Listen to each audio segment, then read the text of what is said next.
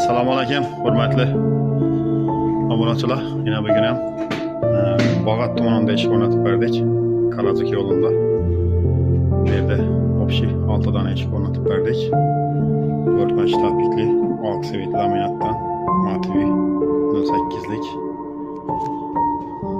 Yana shunday 4 mashtapliklatib yasab berdik. Quloqlarini 4 dan qo'yganmiz yana qalin quloqdan, lamoqlardan yaxshisidan.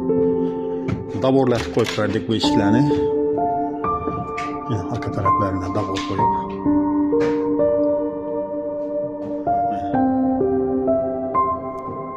işlerimizde bahaları yine şu duruşu daboru bilen birge 3 milyon son. Sanatga, dastavga hemen içinde. Keyin bir yandan boyun işlerimiz.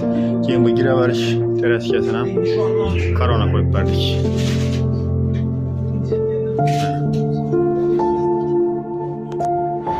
Bir yandan boyuna işe ve de общий 6 tane iş koyup veriyoruz.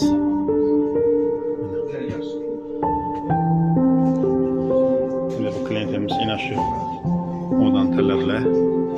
Şimdi modada yasap verinde. Ne zor çıktı işleri. Şimdi bir yandan boyuna. Yine bu işkine. Dabur koyup verdik. Taxta işler var iken köşeye çıkalım. Yine bu işler dabur. Şimdi işlerden gerek olsa aytavaraslar hesap para veremiz kulak olsa. Harazm, Karakalpak, bütün Özbekistan boyunca. Nasıl bir yandan boyuna işler. Şimdi bir sel Karankara kayın. Bir de yine bu banisine şu işten koyup verdik. 70'e 2 metre oldu bunun razmeri. Özü bu işlerimizin razmerleri 90'a 2 metre.